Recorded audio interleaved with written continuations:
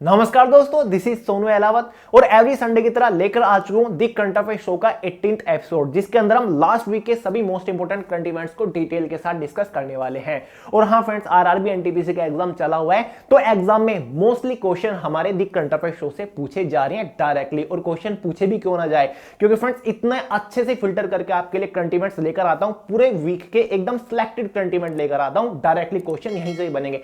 ज्यादा कुछ नहीं करना, एवरी संडे शाम 5 बजे रेगुलर बेसिस पर दी करंट अफेयर शो को फॉलो करते रहिए। किसी भी एग्जाम में इससे बार क्वेश्चन नहीं जाएगा, ये मेरी गारंटी है। तो चलिए फ्रेंड्स, आज के एपिसोड को ज्यादा इंटरेस्टिंग है, तो थोड़ा फोकस के साथ देखेगा। शुरू करते हैं फटाफट। और हाँ फ्रेंड्स, जैसे कि आपको पता चल ही गया होगा, वे टू सक्सेस की एक साथ दो जबरदस्त जनरल अवेयरनेस की बुक लॉन्च हो चुकी है, जिसमें से एक हमारी सब्जेक्टिव है, एक ऑब्जेक्टिव है आपकी बेटर प्रैक्टिस के लिए। फटाफट बुक परचेज कर लीजिए, आपके आसपास डेफिनेटली मिल जाएगी या फिर ऑनलाइन 1-2 दिन में अवेलेबल हो जाएंगे। क्योंकि फ्रेंड्स, इन बुक से प्रिपरेशन करने के बाद आप किसी भी एग्जाम में जनरल अवेयरनेस सेक्शन के अंदर हाईएस्ट स्कोर करके आओगे। तो फ्रेंड्स, बुक हर जगह ऑलमोस्ट अवेलेबल हो ही चुकी है।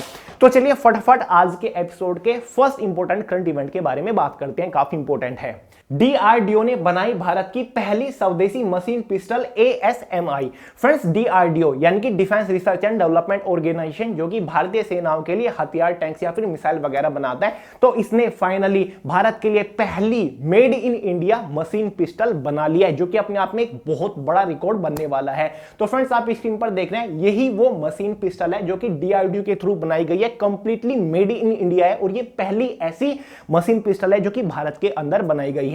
इस पिस्टल को बनाने में डीआरडीओ की मदद इंडियन आर्मी ने भी की है बाखूबी। और एक और रिकॉर्ड इसी के साथ बना है। ये जो पिस्टल तैयार की गई है, मेड इन इंडिया पिस्टल है, डीआरडीओ ने तैयार की, इसको केवल 4 महीने के अंदर तैयार किया गया है। और इसकी खास बात यह है कि ये अपने टारगेट को 100 मीटर की दूरी से बहुत ही अच्छे से अटैक कर सकते हैं, यानी कि हिट कर सकते हैं। तो फ्रेंड्स, जबरदस्त न्यूज है और डेफिनेटली एग्जाम में पूछा जाएगा, क्योंकि डीआरडीओ ने यह काम किया और ये पहली मेड इन इंडिया पिस्टल रहने वाली है। नाम याद कर लीजिएगा इसका, मशीन पिस्टल एएसएमआई इसको बोला गया है।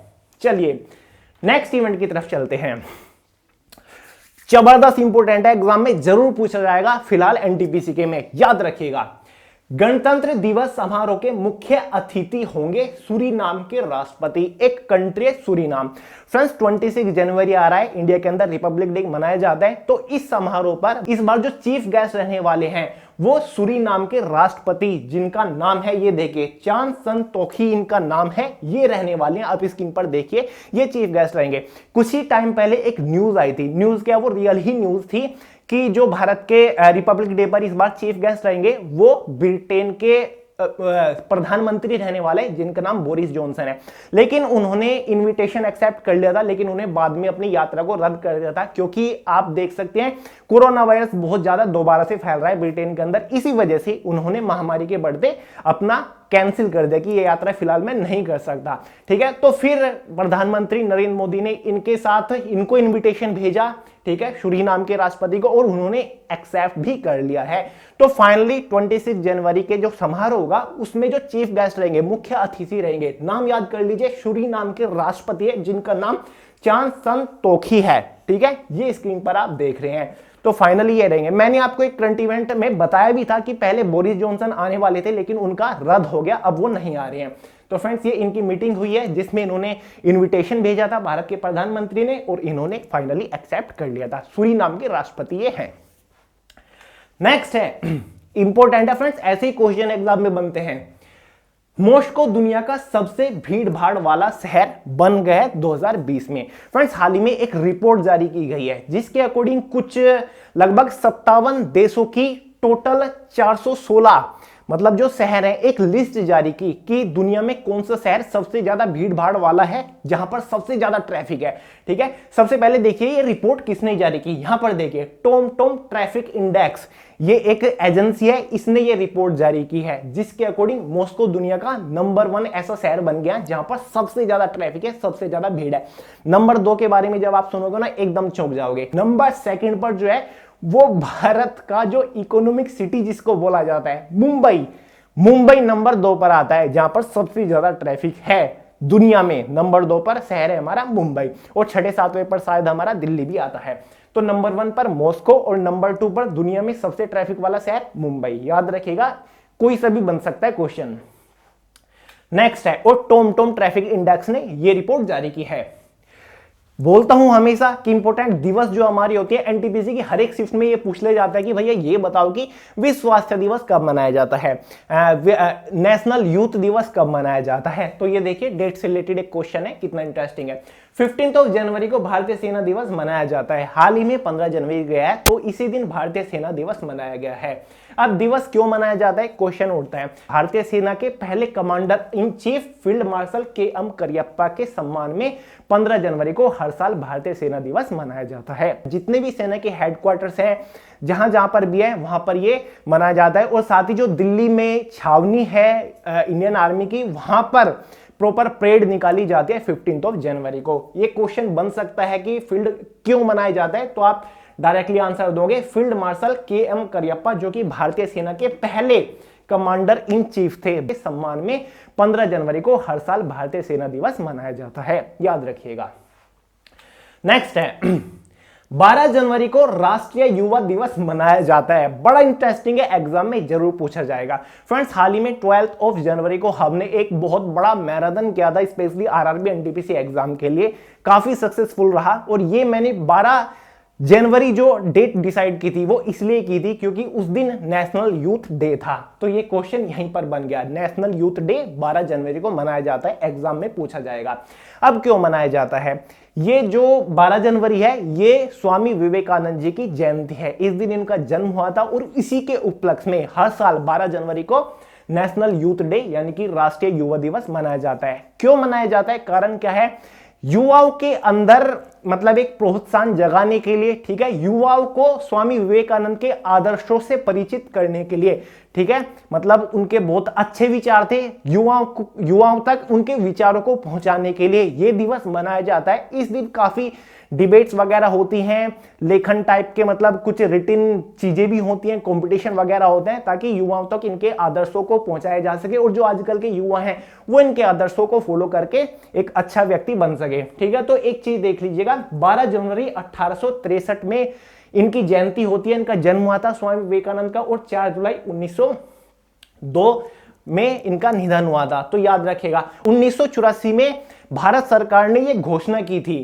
कि इनकी जयंती के उपलक्ष्य में नेशनल यूथ डे मनाया जाए। तो कब से मनाना स्टार्ट हुआ था नेशनल यूथ डे, 1984 से हुआ था, क्योंकि इसी दिन घोषणा करी थी भारतीय सरकार ने। तो 3-4 चीजें यहां से निकल के आती है, आई होप आप याद रख पाओगे। नेक्स्ट है, आजादी के बाद पहली बार पेपरलेस होगा बजट। ये इवेंट मुझे काफी इंटरेस्टिंग और इंपॉर्टेंट लगा। देखिए फ्रेंड्स, शायद आप लोग जानते होंगे 1 फरवरी 2021 को 2021 और 2022 के लिए बजट जारी किया जाएगा। जो हमारी फाइनेंशियल मिनिस्टर है सीतारमण जी, वो करने वाली है, अनाउंसमेंट ऑलरेडी हो चुकी है। तो फ्रेंड्स, ये पहली बार अनाउंसमेंट की गई है कि इस बार जो बजट पेश होगा वो एकदम पेपरलेस रहने वाला है। पहले क्या होता था, यानी कि जो बजट के प्रॉपर दस्तावेज होते थे, फिजिकल पेपर होता था, यानी कि प्रेस रिलीज होती थी, जो वित्त मंत्रालय की प्रिंटिंग प्रेस में ही दस्तावेज निकलते थे। तो ऐसे पेपर होते, हर किसी के पास ये पेपर ही पहुंचता था, ठीक है, बहुत मोटे मोटे बहुत बड़ी बड़ी फाइलें होती थी, बाकी ये सभी दस्तावेज होते थे। लेकिन इस बार डिसीजन लिया गया कि पेपरलेस होने वाला है, कोई भी पेपर का काम इसमें नहीं रहने वाला है। जिसके पास भी बजट जारी किया जाएगा, जहां पर भी संसद वगैरह जहां पर भी जाएगा, प्रेस रिलीज होगा, वो एकदम बिल्कुल पेपरलेस रहने वाला है। ये पहले होता था हार्ड कॉपी सबके पास होती थी, यानी कि एक ऐसा फिजिकल पेपर होता था। इस बार सॉफ्ट कॉपी रहने वाली है, यानी कि जैसे आप अपने मोबाइल में पीडीएफ वगैरह खोलते हो ना, तो उसको किसी भी डॉक्यूमेंट की सॉफ्ट कॉपी हम बोलते हैं। तो इस बार ऐसा ही होने वाला है। ये क्यों किया गया, क्योंकि पैंडेमिक फैला हुआ था, कोविड-19 की वजह से बहुत नुकसान हुआ है। और ये इसलिए भी किया गया है क्योंकि जब भी बजट के जो दस्तावेज होते हैं उनको वित्त मंत्रालय की प्रिंटिंग प्रेस में निकाला जाता है, यानी कि प्रिंट वगैरह किया जाता है, जिसमें लगभग 100 कर्मचारी काम करते हैं, और इस प्रोसीजर में लगभग 15 दिन का टाइम लगता था। तो इसी को देखते हुए इसलिए कैंसिल किया गया। और जो वो मतलब 100 लोग रहते थे 15 दिन के अंदर ही रहते थे, उनको किसी के साथ मिलने नहीं दिया जाता था, ना ही किसी के साथ वो संपर्क कर सकते थे, क्योंकि बजट लीक वगैरह होने का खतरा रहता था। तो इस बार ये सब प्रोसीजर हटा दिया गया और एकदम पेपरलेस रहने वाला है, यानी कि पेपर का कोई भी काम नहीं रहेगा। तो बड़ा इंटरेस्टिंग क्वेश्चन है ये कि पेपरलेस बजट कौन जारी कर रहा है, क्यों जारी कर रहे हैं, और मतलब क्या क्या इसका प्रोसीजर होता है, और बजट कब को जारी किया जाएगा। 1 फरवरी 2021 को निर्मला सीतारमण जी, जो कि हमारी वित्त मंत्री हैं, ये करने वाली है। तो है ना इंटरेस्टिंग, इंपोर्टेंट भी। ये भी बड़ा इंपॉर्टेंट है। विश्व में सबसे तेजी से बढ़ते टेक्नोलॉजी सेंटर में बेंगलुरु पहले स्थान पर रहा। बहुत बड़ी बात है फ्रेंड्स, दुनिया कितनी बड़ी है। आज तक हमने सुना था कि टेक्नोलॉजी में सबसे आगे जापान है, कोई बोलता था चाइना है, कोई बोलता था अमेरिका है, कोई बोलता था रूस है। लेकिन अब देखिए टाइम आ चुका है कि जो पूरी दुनिया में जो सबसे तेजी टेक्नोलॉजी में डेवलप हो रहा है, टेक्नोलॉजी के अकॉर्डिंग विकास हो रहा है, सबसे आगे बढ़ता हुआ जा रहा है, वो इंडिया का एक शहर है जिसका नाम है बेंगलुरु। तो फ्रेंड्स एक रिपोर्ट जारी की गई। रिपोर्ट किसके थ्रू जारी की गई? देखिए यह रिपोर्ट लंदन की एक एजेंसी dealroom.com, एक एजेंसी है लंदन की dealroom.com, इसने एक रिपोर्ट जारी की जिसके थ्रू उन्होंने बताया कि दुनिया में जो सबसे तेजी से आगे बढ़ रहा है टेक्नोलॉजी के मामले में वो शहर है हमारा बेंगलुरु, भारत का, और दूसरे नंबर पर आता है लंदन। तो अपने आप में बहुत बड़ी बात है और गर्व की भी बात है कि इंडिया से टेक्नोलॉजी इतनी रफ्तार से निकल के आगे आ रही है। दूसरे नंबर पर लंदन, उसके बाद देखिए म्यूनिख, फिर बर्लिन और फिर पेरिस है, और वहीं छठे नंबर पर हमारा भारत की आर्थिक राजधानी मुंबई है। छठे नंबर पर मुंबई है। बहुत बड़ी बात है फ्रेंड्स। तो क्वेश्चन जरूर बनेगा, छठे नंबर पर मुंबई आता है और पहले नंबर पर बेंगलुरु आता है, दूसरे नंबर पर लंदन आता है। और रिपोर्ट किसने जारी की? dealroom.com ने, जो कि एक लंदन की एजेंसी है। सब लोग जानते होंगे सुप्रीम कोर्ट ने तीनों कृषि कानूनों पर लगाई रोक। फ्रेंड्स आप लोगों को पता ही होगा, हाल ही में क्या कल सुप्रीम कोर्ट ने जो कृषि कानून निकले थे 3, उन पर रोक लगा दी है कि इनको अभी इंप्लीमेंट नहीं किया जा सकता, इनको लागू नहीं किया जा सकता। उन्होंने, सुप्रीम कोर्ट ने एक आदेश दिया कि एक कमेटी बनाई जाए, किसानों के समाधानों के लिए एक कमेटी बनाई जाए, और वो कमेटी इसके ऊपर रिसर्च करेगी किसानों के लिए क्या सही है क्या गलत है, और वो कमेटी फिर सुप्रीम कोर्ट को अपनी रिपोर्ट जारी करेगी। उसके बाद सुप्रीम कोर्ट फाइनली फैसला लेगा कि इन कानूनों को लागू करना है या फिर खारिज करना है। फिलहाल कानूनों पर सुप्रीम कोर्ट ने रोक लगा दी है तीनों ने। तो क्वेश्चन ऐसा बनेगा गारंटेडली मेरे एक्सपीरियंस के अकॉर्डिंग कि किसने किसानों के तीनों कानूनों पर रोक लगा दी है? तो इसका आंसर हो जाएगा सुप्रीम कोर्ट, याद रखिएगा। नेक्स्ट है भारत बायोटेक ने कोवैक्सीन, आपको पता है 16 जनवरी से वैक्सीनेशन का काम स्टार्ट हो चुका है। कोवैक्सीन और कोविशील्ड 2 वैक्सीन भारत ने बनाई है और दोनों का वैक्सीनेशन स्टार्ट हो चुका है। कोवैक्सीन जो हमारी है वो बायोटेक ने, भारत की जो बायोटेक कंपनी है उसने बनाई। देखिए भारत बायोटेक ने कोवैक्सीन की आपूर्ति के लिए ब्राजील के प्रेसिसा मेडिकोमेटोस के साथ क्या समझौता। देखिए फ्रेंड्स भारत की जो वैक्सीन है एकदम कामयाब रही है, आप लोग को पता है, सभी टेस्ट वगैरह हो चुके हैं। तो फाइनली डिमांड आ रही है बाहर कंट्री में भी एक्सपोर्ट करने के लिए। तो फाइनली भारत की जो बायोटेक कंपनी है यानी कि कोवैक्सीन वाली, इसने ब्राजील के साथ समझौता कर लिया है। एग्जाम में सीधा सीधा क्वेश्चन बनेगा कि भारत और ब्राजील ने समझौता कर लिया है। यहां पर भारत ब्राजील को अपनी बायोटेक की कोवैक्सीन भेजने वाला है, एक्सपोर्ट करने वाला है, क्योंकि वहां पर कमी है, पूर्ति करने के लिए ये एक्सपोर्टेशन किया जाएगा। तो बड़ी बात है, भारत की वैक्सीन एकदम कामयाब रही है और इसीलिए एक्सपोर्टेशन का भी काम स्टार्ट हो चुका है। भारत ने और ब्राजील ने इस चीज के ऊपर समझौता किया है। नेक्स्ट है टी नटराजन। ऐसे क्वेश्चन होते हैं एग्जाम के लिए मोस्ट इंपोर्टेंट। टी नटराजन मात्र, सॉरी ये बार मिसप्रिंट हो रहा है, मात्रा लिखा जा रहा है। टी नटराजन मात्र 44 दिनों के अंदर सभी फॉर्मेट के अंतरराष्ट्रीय क्रिकेट में डेब्यू करने वाला पहला भारतीय खिलाड़ी बन गए हैं। ठीक है, थोड़ी सी बस मिस टाइपिंग है। तो फ्रेंड्स जो क्रिकेट लवर होंगे ऑब्वियसली जानते होंगे टी नटराजन, जिनका नाम पूरा है थंगराशु नटराजन। टी नटराजन का पूरा नाम क्या है? थंगराशु नटराजन। ये भारत के ऐसे पहले खिलाड़ी बन गए हैं जिन्होंने महज 44 दिन के अंदर क्रिकेट के तीनों ही फॉर्मेट में, अंतरराष्ट्रीय क्रिकेट में डेब्यू कर लिया, यानी कि अपना ओडीआई में भी कर लिया है, टी20 में भी कर लिया है और अपना टेस्ट में भी डेब्यू कर लिया है। इतने कम समय में ये पहले भारत के ऐसे खिलाड़ी बने, यानी कि एक इतिहास रचा गया है। तो ये टी नटराजन है, आप लोग जानते होंगे, ये फास्टर गेंदबाज है। ठीक है, और ये लेफ्टी है, यानी कि लेफ्ट हैंडेड, मैंने लिखा भी हुआ है। जबकि टीम इंडिया को लगभग 10 साल बाद कोई लेफ्ट आर्म फास्ट बॉलर मिल गया है। वे टीम इंडिया के लिए डेब्यू करने वाले 300वें टेस्ट प्लेयर बन गए, यानी कि 300वें खिलाड़ी बन गए हैं डेब्यू करने वाले। तो ये भी अपने आप में एक रिकॉर्ड बन गए हैं। तो याद रखिएगा, नाम है इनका टी नटराजन, पूरा नाम है थंगरासु नटराजन। तो इनकी एज 29 के आसपास है शायद। नेक्स्ट इवेंट, ऑस्ट्रेलिया में जो टेस्ट क्रिकेट चल रहा है उसमें इन्होंने फाइनली टेस्ट में डेब्यू कर लिया। नेक्स्ट है वर्ष 2022 में यूएनएससी की फुल फॉर्म क्या है? United national security council. UNSC की आतंकवाद विरोधी समिति, यानी कि एक आतंकवाद विरोधी समिति है, ठीक है, आतंकवाद के खिलाफ जो एक्शन लेती है, एक ऐसी समिति है, ठीक है। समिति की अध्यक्षता करेगा भारत, जबकि ये संयुक्त एक समिति है और पहली बार 2022 में भारत इसकी अध्यक्षता करने वाला है। यूनाइटेड नेशंस सिक्योरिटी काउंसिल की अध्यक्षता भारत करने वाला है, तो अपने आप में एक बड़ी बात है, याद रखिएगा। यूएनएससी 2022 में भारत इसकी अध्यक्षता करेगा। नेक्स्ट है डोनाल्ड ट्रंप 2 बार महाभियोग से गुजरने वाले पहले अमेरिकी राष्ट्रपति बन गए। फ्रेंड्स, आपने कुछ ही दिन पहले एक न्यूज सुनी होगी कि कैपिटल भवन के अंदर अभी दंगे हुए थे जिसमें कुछ लोग मारे भी गए थे, ठीक है। तो जो महाभियोग वाली प्रक्रिया है, आपने भारत के संविधान में भी इस चीज को समझा होगा। अगर राष्ट्रपति के ऊपर महाभियोग चलाया जा रहा है संसद के थ्रू, कोई से सदन के थ्रू, महाभियोग का मतलब उसे हटाने की प्रक्रिया, जिसमें लोग वोट डालते हैं और राष्ट्रपति को हटाया जाता है उसके पद से, ठीक है, उसे महाभियोग प्रक्रिया बोलते हैं। तो हाल ही में इंपॉर्टेंट इवेंट ये बन रहा है कि डोनाल्ड ट्रंप पर 2 बार महाभियोग चलाया गया और ये पहले ऐसे अमेरिका के राष्ट्रपति बन गए हैं जिनके कार्यकाल में उनके खिलाफ 2 बार महाभियोग चला। देखिए नीचे कुछ इंपोर्टेंट मैंने लिखा हुआ है। अमेरिका के हाउस ऑफ रिप्रेजेंटेटिव्स ने कैपिटल भवन में दंगों के बाद राष्ट्रपति डोनाल्ड ट्रंप पर महाभियोग चलाने के पक्ष में वोट दिया। सबसे पहले समझिए कि ये अमेरिका का हाउस ऑफ रिप्रेजेंटेटिव है क्या? आपने सीनेट सुना होगा, पार्लियामेंट को वहां पर बोला जाता है। अब जो हाउस ऑफ रिप्रेजेंटेटिव है ये निचला सदन, जैसे कि भारत के अंदर लोकसभा राज्यसभा है, वहां पर सीनेट और हमारा एक रिप्रेजेंटेटिव हाउस ऑफ रिप्रेजेंटेटिव जो कि निचला सदन माना जाता है। तो वहां पर अमेरिका में इनके ऊपर महाभियोग चलाने के लिए यहां पर वोटें डाली गई, क्योंकि कैपिटल भवन में जो दंगे हुए थे ये कहा गया कि लोगों को उकसाने के लिए, दंगों के उकसाने का इनके ऊपर आरोप लगा था, इसलिए इनके ऊपर 2 बार महाभियोग की प्रक्रिया चल चुकी है और ये पहले अमेरिका के ऐसे राष्ट्रपति बन गए हैं। नेक्स्ट इवेंट है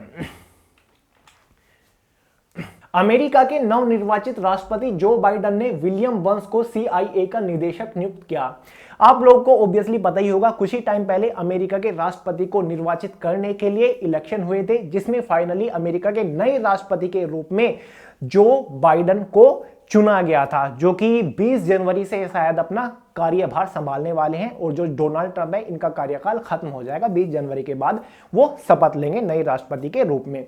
तो फाइनली उन्होंने जो उनकी इंटेलिजेंस एजेंसी है अमेरिका की, क्या है, सेंट्रल इंटेलिजेंस एजेंसी के लिए नए डायरेक्टर की नियुक्ति कर दी है। डायरेक्टर का मतलब निदेशक नियुक्त कर दिया है, जिनका नाम है, मैं आपको बता चुका हूं, विलियम बर्न्स। ये एग्जाम में क्वेश्चन बनते हैं, जो डीप जा रहा है ना एनटीपीसी एग्जाम में, अब थोड़ा सा डीप जाते जा रहा है, तो क्वेश्चन यहीं से ही बनेंगे। तो अमेरिका के नवनिर्वाचित राष्ट्रपति जो बाइडेन ने अपनी CIA के लिए एक नए निदेशक नियुक्त किए, जिनका नाम है विलियम बर्न्स। याद रखिएगा, स्क्रीन के ऊपर इमेज है। फाइनली चलते हैं आज के लास्ट इंपोर्टेंट करंट इवेंट की तरफ। गुजरात सरकार ने राज्य की नई पर्यटन नीति 2021 की घोषणा कर दी। एग्जाम में डेफिनेटली क्वेश्चन बनेगा कि भारत के कौन से राज्य ने 2021 की नई पर्यटन नीति निकाली है या फिर घोषणा की है, जरूर बनेगा और इसका आंसर हो जाएगा गुजरात, क्योंकि गुजरात सरकार ने ही राज्य के लिए नई पर्यटन नीति 2021 निकाली है। फ्रेंड्स, ये इसलिए निकाली है क्योंकि गुजरात जो है ना एक सेंटर ऑफ अट्रैक्शन बनते जा रहा है पर्यटन के रूप में, क्योंकि काफी सारे लोग पर्यटक है उनका रुख गुजरात की तरफ है और रुख बढ़ाने के लिए ये नई नीति निकाली गई है। और आप लोग जानते होंगे गुजरात बिजनेस का भी हब है, यानी कि व्यवसाय का हब है, तो इसलिए लोगों को अट्रैक्ट करने के लिए ये नई नीति निकाली गई है। देखिए यहां पर मैंने क्या लिखा हुआ है, यह नीति 31 मार्च 2025 तक लागू रहेगी। ठीक है, यह नीति पर्यटन के क्षेत्र में ईज ऑफ डूइंग बिजनेस यानी व्यापार करने में आसानी, ठीक है, इस नीति को लागू करने का यह भी कारण ताकि व्यापार करने में आसानी हो सके, लोगों को बढ़ावा मिल सके, लोग अट्रैक्ट हो सके। ठीक है, इस नीति में अपने कुछ कानून होंगे, वो आपको आगे कभी बताऊंगा जब इसके बारे में खुल के बात करेंगे। ठीक है, विश्व पर्यटन मानचित्र में स्थापित करने के लिए उद्देश्य के साथ राज्य की नई पर्यटन नीति की घोषणा की, यानी कि जो विश्व पर्यटन मानचित्र है ना, कि कहां कहां पर सबसे अच्छे पर्यटन स्थल है, उसमें अपनी जगह बनाने के लिए गुजरात ने ये नई नीति भी निकाली है। तो गुजरात के मुख्यमंत्री के बारे में जान लेते हैं। यहां पर लिखा हुआ है विजय रूपाणी गुजरात के मुख्यमंत्री हैं, जो कि आप स्क्रीन पर देख ही रहे होंगे। वैसे मैंने आपको एक वीडियो प्रॉपर प्रोवाइड कर दी थी मैराथन में, जिसमें मैंने आपको सभी स्टेट के मुख्यमंत्री और गवर्नर्स के बारे में डिटेल दी थी। तो फ्रेंड्स, ये थे आज के सभी मोस्ट इंपोर्टेंट करंट इवेंट, यानी कि जो लास्ट वीक में बने थे। एकदम फिल्टर करके लेकर आया हूं। लाने को तो मैं भी आपके लिए 50-60 ले आता, लेकिन उन 50-60 में से मैंने कुछ फिल्टर किए हैं कि हाँ, ये एग्जाम के पॉइंट ऑफ व्यू से इंपॉर्टेंट है, बाकी तो कचरा है, इनके ऊपर आप फोकस करिए, ये एग्जाम में पूछे जाएंगे। तो फ्रेंड्स, फाइनली वीडियो पसंद आई हो लाइक ठोक के जाइएगा और सभी बताइएगा कि आपको कौन सा करंट इवेंट सबसे इंपॉर्टेंट लगा एग्जाम के पॉइंट ऑफ व्यू से, कि हाँ ये ज्यादा इंपॉर्टेंट है, इसके ऊपर फोकस करना चाहिए और ये मुझे इंटरेस्टिंग भी लगा। ठीक है, तो जरूर बताइएगा कमेंट करके, क्योंकि इससे आपकी वो पावर एक बढ़ती है, क्योंकि आप कॉम्पिटिटिव एग्जाम की तैयारी कर रहे हो तो आपका माइंड उस तरफ चलना चाहिए। ठीक है, आप चीजों को एनालाइज कर रहे हो कि हाँ एग्जाम के पॉइंट ऑफ व्यू से ये इंपॉर्टेंट है, तो आपका माइंड ऑटोमेटिकली उसी वे में चलता जाएगा। तो जरूर बताना कि हाँ ये वाला करंट अफेयर मुझे तो अपने अकॉर्डिंग इंपॉर्टेंट लगा, जहां तक मैंने आज तक प्रिपरेशन किया। जरूर बताइएगा। वीडियो क्या शेयर करिए अपने दोस्तों के साथ कि सबसे बेस्ट जो करंट अफेयर का शो है वो दी करंट अफेयर शो है, वे टू सक्सेस चैनल के ऊपर एवरी संडे शाम 5 बजे चलता है। और बुक हमारी आई चुकी है, फटाफट मार्केट के अंदर जाइए, दौड़े दौड़े और परचेज करके लाइए, क्योंकि यार बहुत अफोर्डेबल है। ऑनलाइन 1-2 दिन में अवेलेबल हो जाएंगे, फ्लिपकार्ट, अमेजोन या फिर वे टू सक्सेस हैप.com से आप परचेज कर सकते हैं। तो चलिए यार, मिलते हैं अगली वीडियो में बहुत जल्द, तब तक के लिए जय हिंद।